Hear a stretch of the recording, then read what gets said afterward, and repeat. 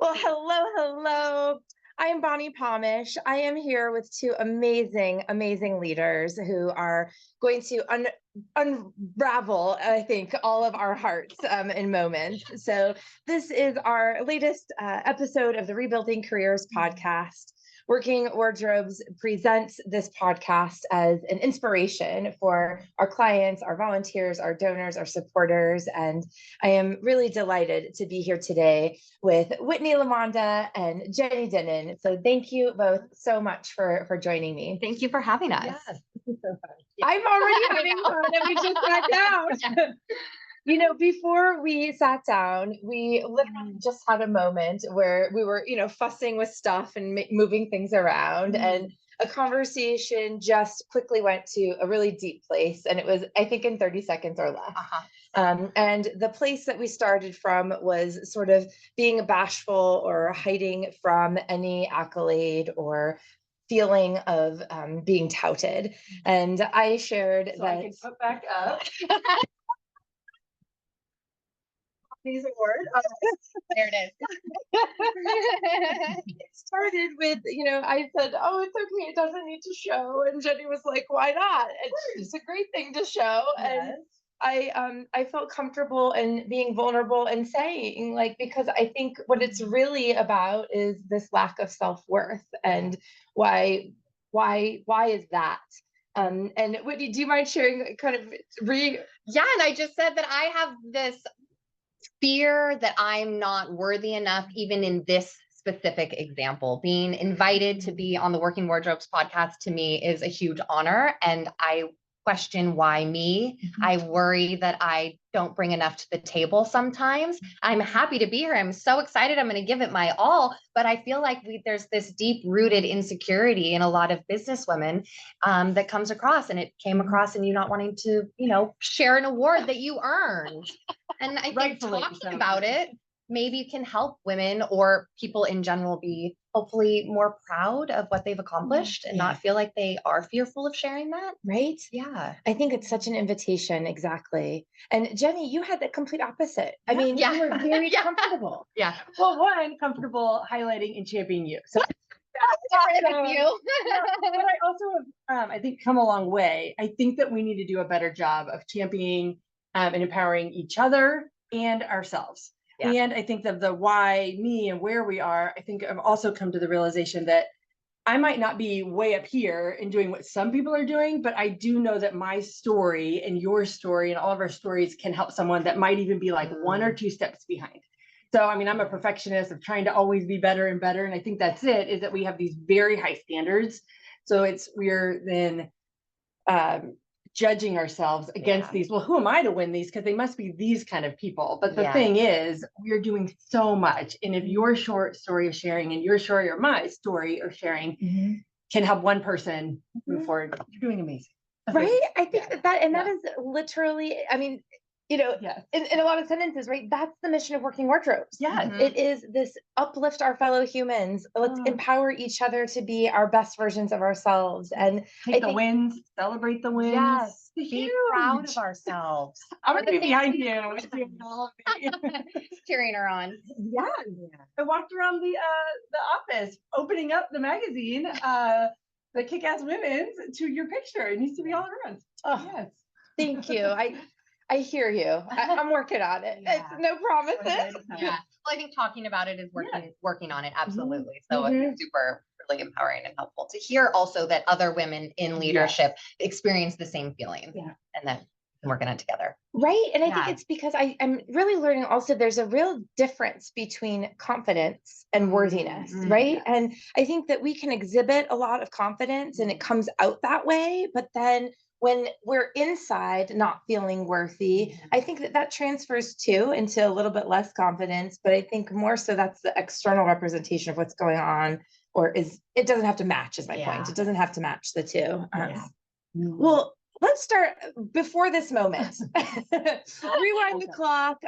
Whitney, if you don't mind starting, would you share a little bit about your background? And what I'm curious about really is, what was your life like, as a child? Like, where are your roots? And I ask this question purposefully, because I think many of us think that people were just this way all the time. And we all didn't have, the same experience arriving to this place. So tell me a little bit about from where do you come and where did you grow up?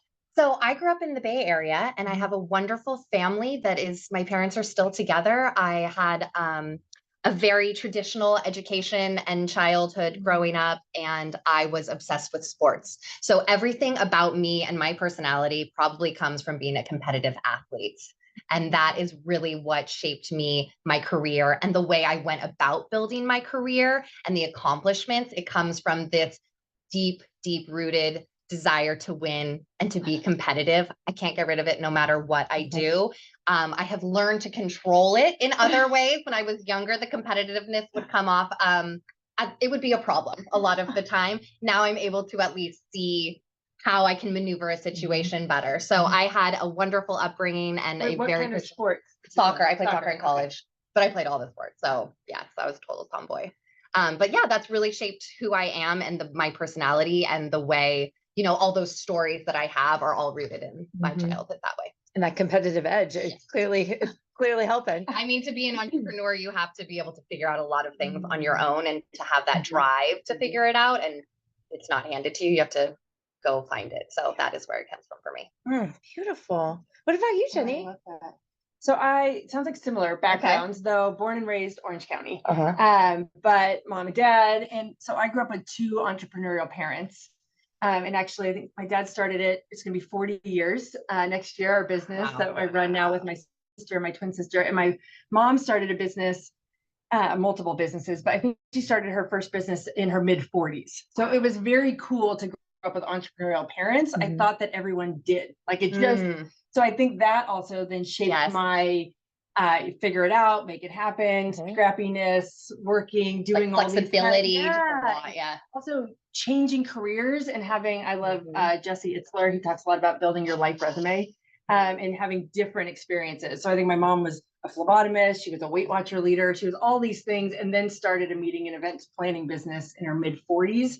So I think it's great to try new, evolve, pivot, change. So something of growing up was a benefit. And I didn't realize that everyone else didn't grow up in an envientment of you can be anything you want to be, because that's the environment that I grew up in. I think that's the beautiful thing actually about growing up and entering into adulthood and just being exposed and in relationship with all different people and discovering our diversity is vast. It's not just how we are as humans and how we show up, but it's totally informed by experience. And yeah, my parents were both, government workers, right? So like there was not an entrepreneurial conversation happening at our dinner table at all. So total opposite. Yeah. It's fascinating. So that takes me to, and I love hearing the answers for this question. Will you tell me about how did you earn your first paycheck? Like, and I want to I don't want to know just the facts, right? I want to know like about the job. I want to know what you learned from it. I want to know like how did it shape you? Okay. So the story that I came up with wasn't exactly my first paycheck, but it was my first job interview. So I was interviewing for a sales associate at Anthropology, just to work on the floor. Yes, dream job. And it was a group interview. There were like 6 of us. And they gave us a challenge. They said, okay, you have $30. You need to shop for a gift for a client or a customer. And everyone went and picked like one thing from the store. Everything's expensive. You can only get one thing. But I went to the accessories and I curated multiple little things. And I put it together thinking, you're going to have more options when you're giving a gift, all of that stuff. And they loved it. I was the only one who kind of thought outside the box. And for me, that reinforced my creativity. It reinforced pushing me to think outside the box and not doing things traditionally. And I really have the mindset of, I don't want to do things just because that's how they've been done, right? I don't accept that. I want to do things the way that they make the most sense for me today. So that's my story. I love that. Thank you. I got the job. I assume so. That was really smart on Anthropology. Smart. I'm actually still just kind of reveling in that interview experience. Yeah. How do I take that? I love that. Wow. And full circle. Yeah. So that was like when I was still in college, kind of still figuring it out. When I graduated, one of my other first actual corporate interviews was for Anthropologie Corporate in Philadelphia, because I'd kind of gotten into the fashion world. So then it came full circle and I was at their headquarters interviewing and I blew it. I blew it. They asked me what my worst subject in school is. And can you believe my answer was math? Oh, In a job where you do math all the time. And I just, for some reason, freaked out. I wasn't supposed to get the job. It's okay. But isn't that funny how it comes around? It really is. I thought you were going to get the job. No, I did not. Yeah. Yeah. Also, we learn from that. Yeah. The universe gives you what. Yes. Oh my God, It wasn't the path at the time.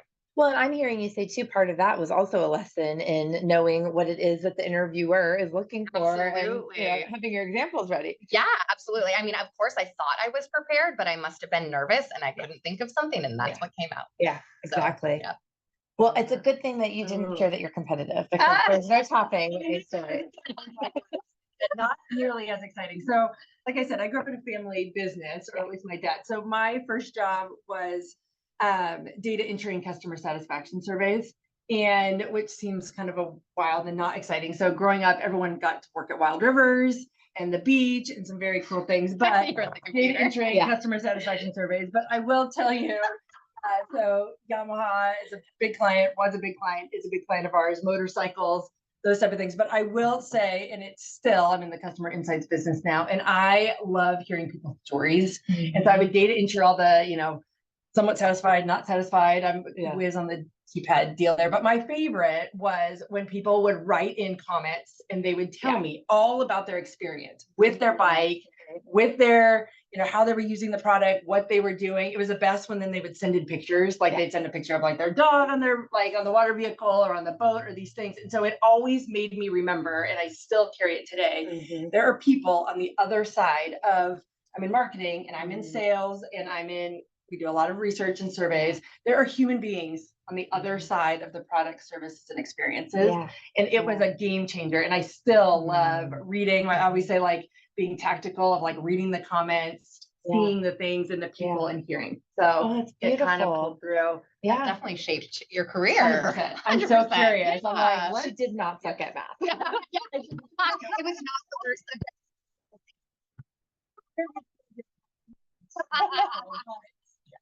It's really good. Well, you're each really uniquely contributing, and I say the workforce. I mean, it's a really broad word, right? But you're each contributing really uniquely. I would love for you to share with me, like, how do you show up differently, and what drew you into what you're doing now, right? So, kind of fast forward the clock again. We started about kind of how you grew up, first paycheck. So, take me current now. How are you uniquely showing up? And I think I'm showing up for myself with a focus on what I know I want for my life. It's more about the bigger picture and what I want for myself and my happiness, and then trying to cater all the little things around that. Big rocks first. So focusing on, I want to be happy. I want to live a happy, fun, adventurous life. Okay, what are the things that I need to do work-wise, career-wise, personally, to make those things happen?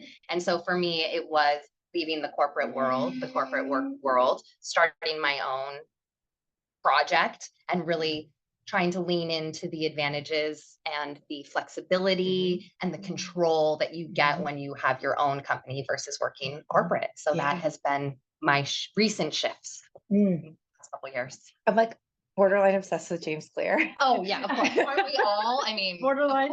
Yeah. It made me start singing Madonna. But one of the things that he talks about is how we build the habits to create an identity. Like, who is it that I am who I want to be? And I love that that's exactly what you described, that it's about how you want to live, how you want to be, and that this all contributes to that. Wow. And what is it that you do, Whitney? Oh, so I create apparel lines and accessories for content creators. So you're an influencer, you have an amazing following, and you want to sell your own brand. We're going to design that brand, sample it, produce it, ship it for you so that you can focus on your content and we can handle all of the production and all of the product side of the business. Wow. That's like making dreams come true. That's what I just heard. Thread vision, bringing visions to life. Oh, that was not set up, by the way, but well executed. Yes, yes. All right, Jenny. That's not the coolest thing. What about you? What? Okay, what was the question? I'm like, oh, Answer that question because I know. think it's because this happened Yeah. at an event Yes. and we were like drinking from the well of each other. Yeah. So yeah. I think the question was, how do I contribute my unique skills? Yeah. talents to Yeah. those things? Exactly. So and I think one of the conversations that we had are different places, but I think curiosity is my love language. Like I just am Good like one. eat Really it good. up Yeah. and I dream of possibilities. It's like my favorite thing. So when we met, I was like, oh my gosh, I have so many ideas. I have so much stuff. Like I love after being with clients, people, whoever, for them to like feel better about themselves. One, I've never thought about that. Like I could do this and how about this and what about? So I'm always trying to reimagine how can we do things better?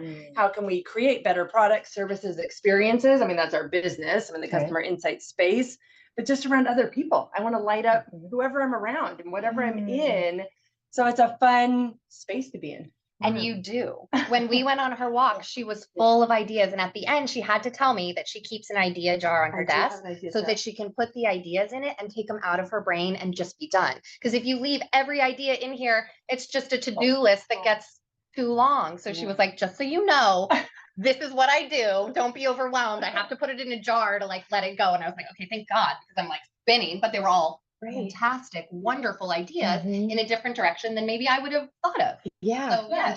And I think that's it, is being able to see things. Yeah. I realize I think we all have different gifts. I thought everybody dreams and possibilities. I thought everybody sees things differently. So now, and even back to the very beginning of the conversation, I'm now feeling very settled. I don't know if middle age or what it is, but like with what my strengths are and what I bring to the table and what I don't. Like I'm okay. I'm not very good. And my sister, who I run my business with, gave me an idea jar because she's the implementer. Right. And she said, Jenny, you need Stop to giving slow me down. Yeah.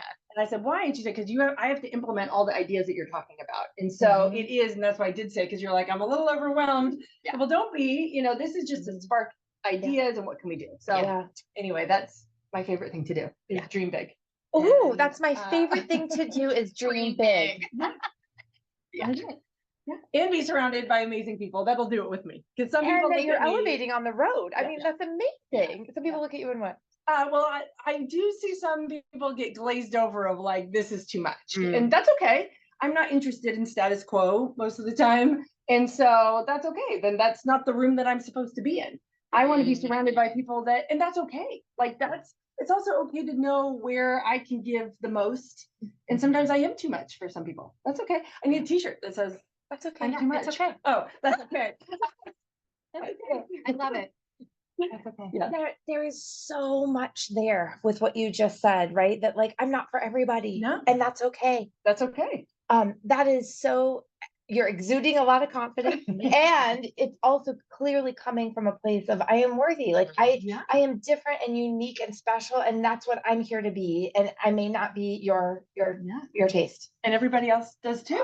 I think that's Yeah, it's very true. I think that like what you're describing as coming into that knowingness and that acceptance is, I think a lot of us, as you were saying, we struggle. Yeah. It takes time. Yeah, for sure. You've always felt that way, or have you feel more confident now than ever, or has it just been a transition, a process?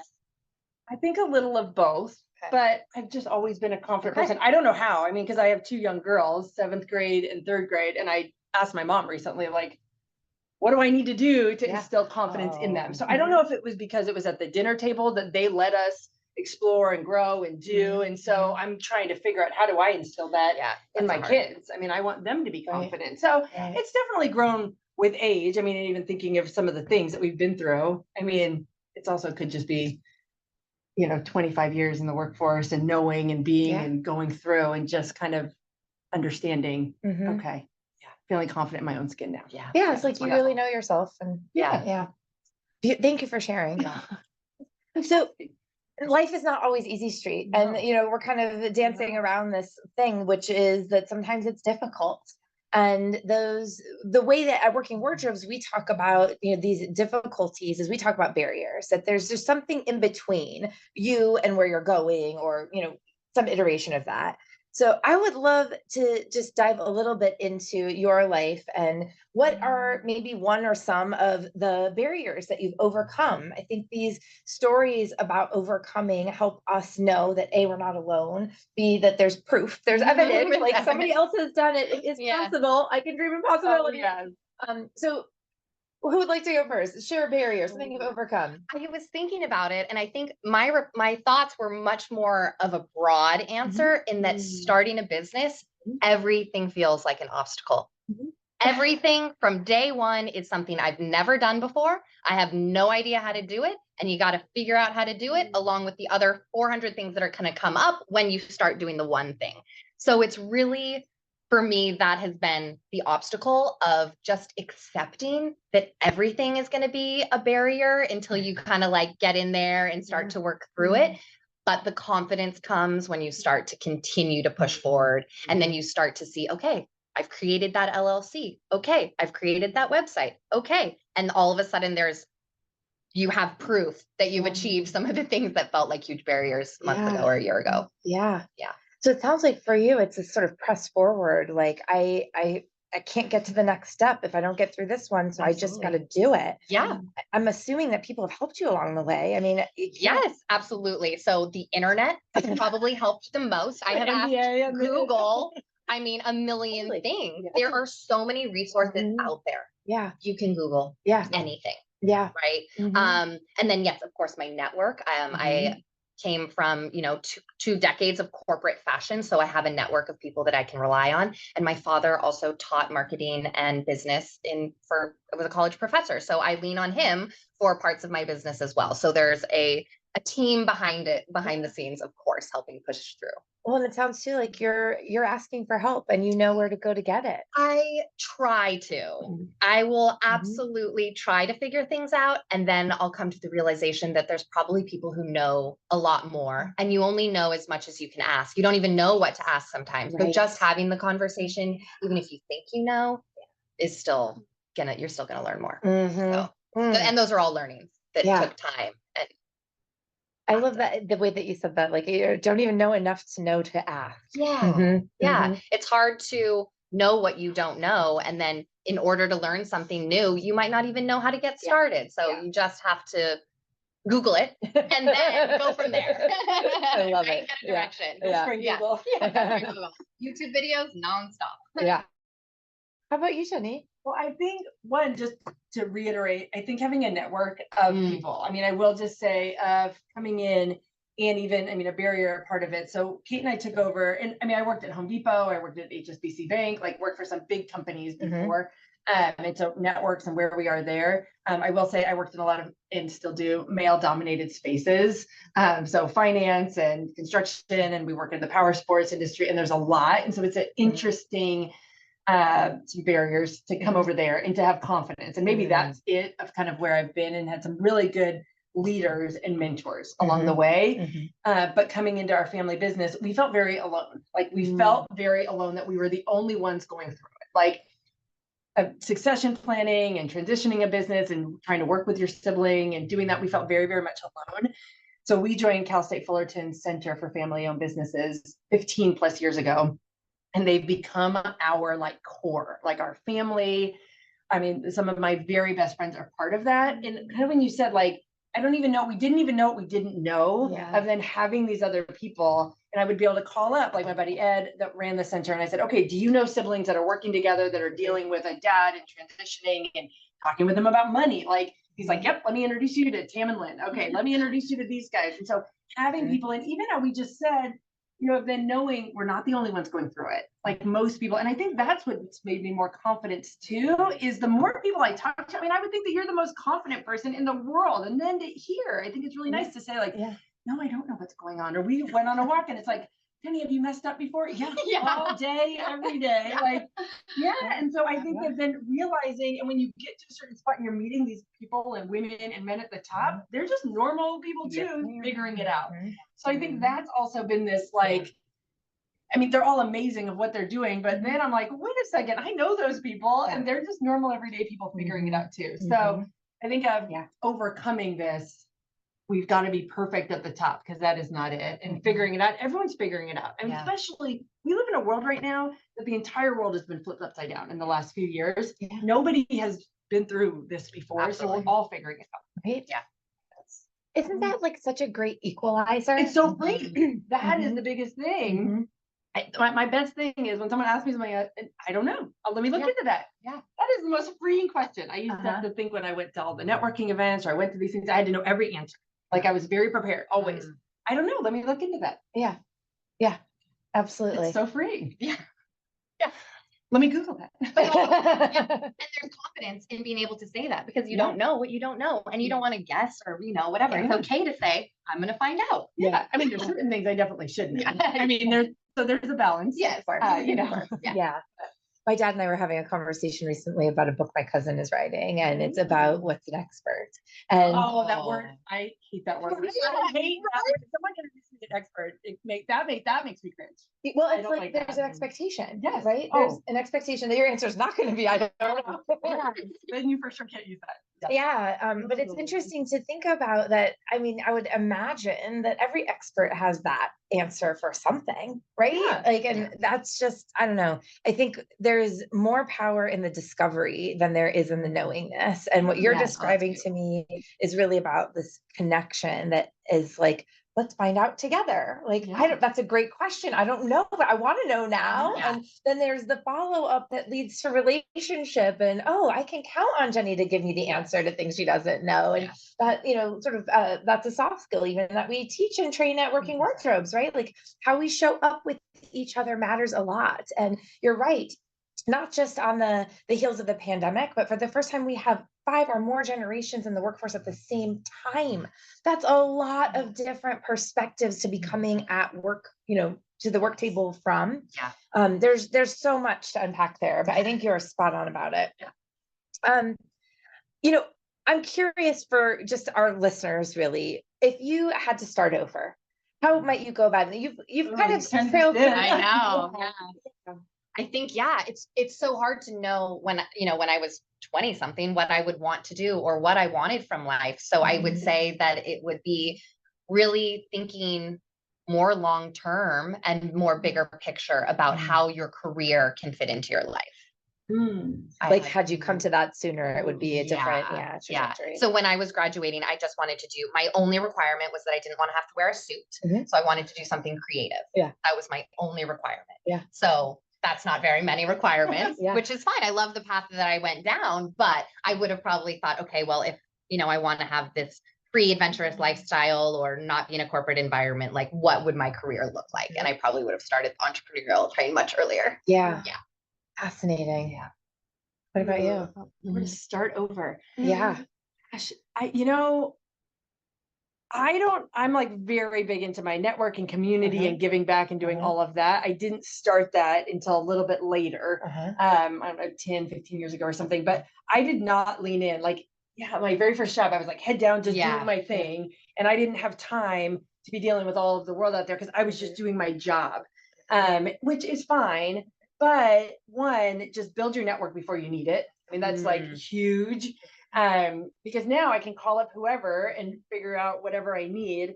But 2, it just gives me, we just work in such silos. I mean, I was in Cube Land and, in the marketing department doing my 2 to 4 page flyers for Home Depot, and doing, all the things, but, of how to see the bigger world outside. I think these days, people that are integrators, that have bigger pictures, I mean, I'm a generalist, so I know a lot of different things. And I think that skill comes in, at least for the type of work that I do. But I would build my network more. I would realize that people are open to wanting to mentor me. Like, I didn't realize either. That was the other thing. Like, so many people want to help and give back and to do, but I didn't want to bother them. Kind of even back to you saying, like, asking for help.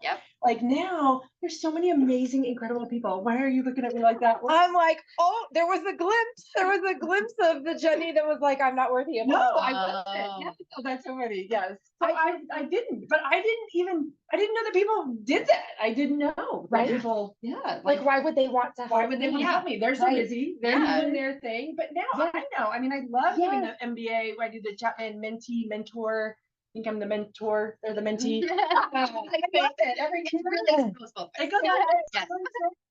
ding, ding, ding. Like that's the thing, right? It's this cycle. And it's like we're giving, but we're getting, and we're giving, and we're getting. And it's sometimes even in the process of giving, we're really getting. And this idea that humans are open to uplift, to helping each other, right? And what you were talking about was, I want to leave people lit up. I want them to feel good. And this is exactly what happens when we help other people. We are lit up, but guess what? So are they. So are they. It's fun. I think that this is like one of the secrets of life that is not on a billboard that needs to be. Like, get the marketing department on that. Yeah, we need to make some merch for us. No problem. A hat.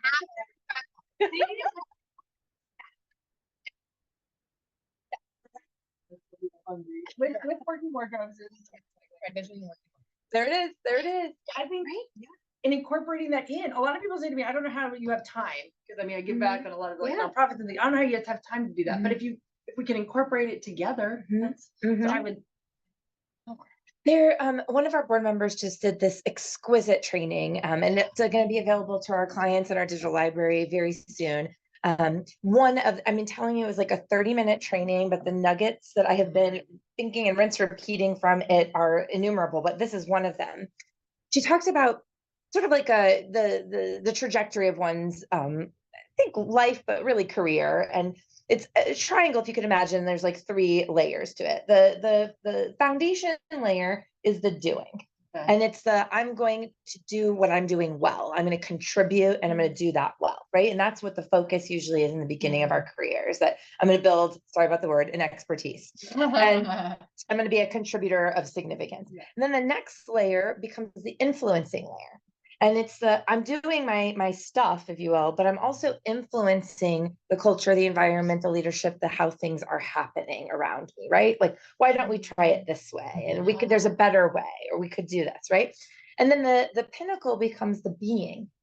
And it's not that you don't do all of these at the same time, but that your culmination is that what you were describing, right? It's how I approach who I am, is how I show up, and it's what I'm doing. And this is all congruent. It's all aligned. I think that that's really a beautiful kind of piece of wisdom to share, which is to know that we'll go through these cycles, not cycles, but these sort of, stages. Yeah, these stages. Yeah. Thank you. We were actually talking about that in the lobby before we came in. She was asking how I was, and I was telling her that I saw my Reiki healer, and that we were talking a lot about the masculine and the doing, and that I need to slow down because we are do. And that top is being, is feminine, is space, and it's allowing, and it's rest, and it's all the things that I currently don't allow myself. So that is so full circle. Well, and then I think that's where I got to it, which was, and that's enough. Wait, that's enough? Yeah. We are enough. You are enough. You are enough. Right? Just as you are. Wow. I mean, that's again another billboard we need for everyone. Use those Canada shirts from the Barbie movie, right? Oh yeah. Totally.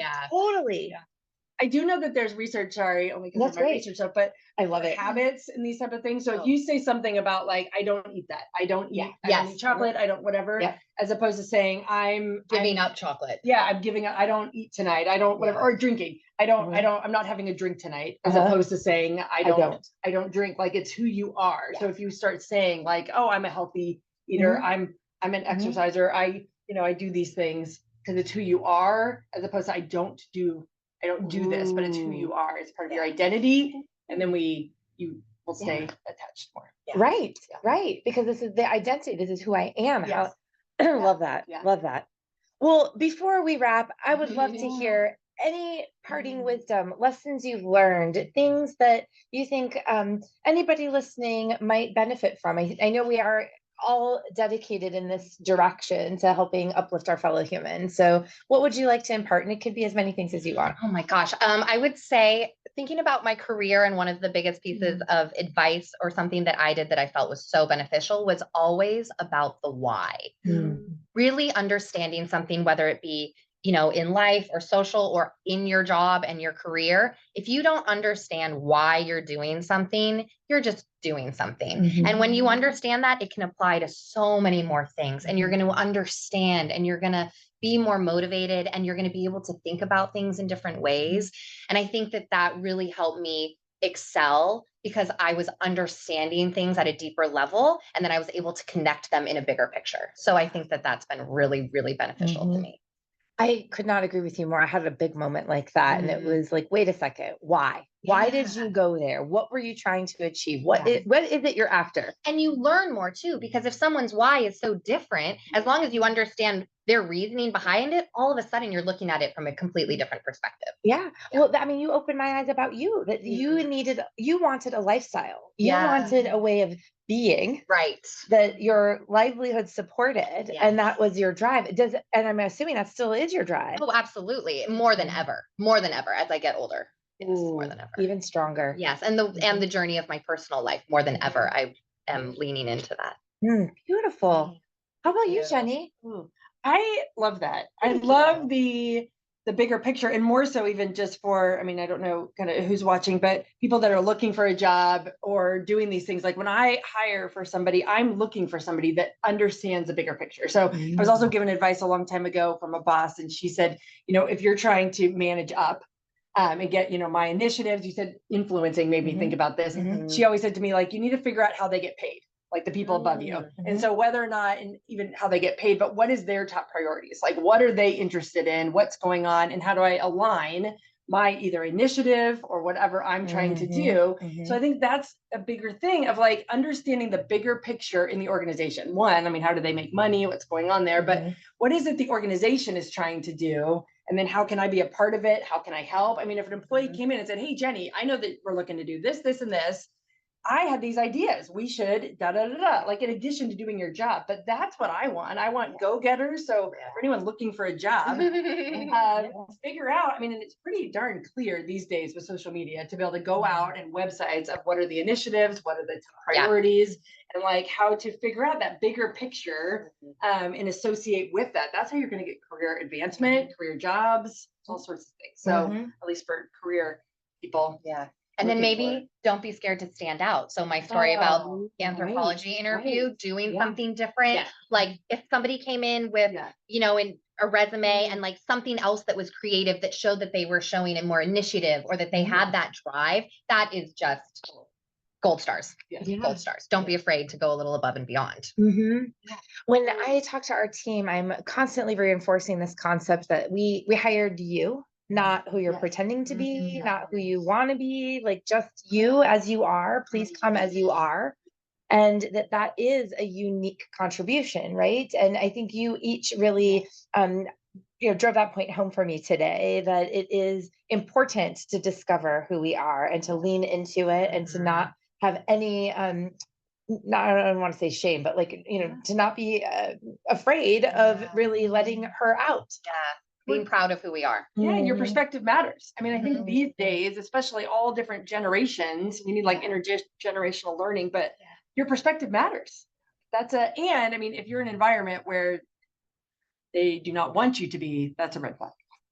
There you go. It should be, because I will say too, when you're interviewing anywhere, that it's the right fit of what it is, and be very like asking questions, figuring out like, is this the right fit on both sides? That's really you can't important. Be yourself, right? Shouldn't be there. No.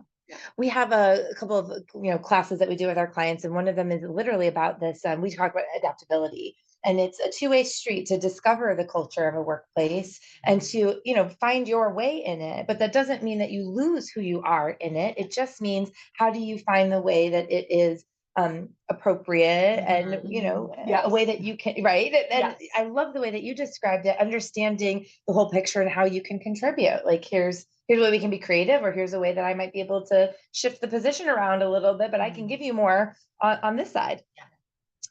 You two inspire me. You did not disappoint for sure. Thank you so much. Thank you for having us. This was so wonderful. This is so fun. Right? Yes. This has been another episode of Rebuilding Careers. Thank you for joining Whitney LaMonda and Jenny Dinnen and me on this episode. It's been a delight.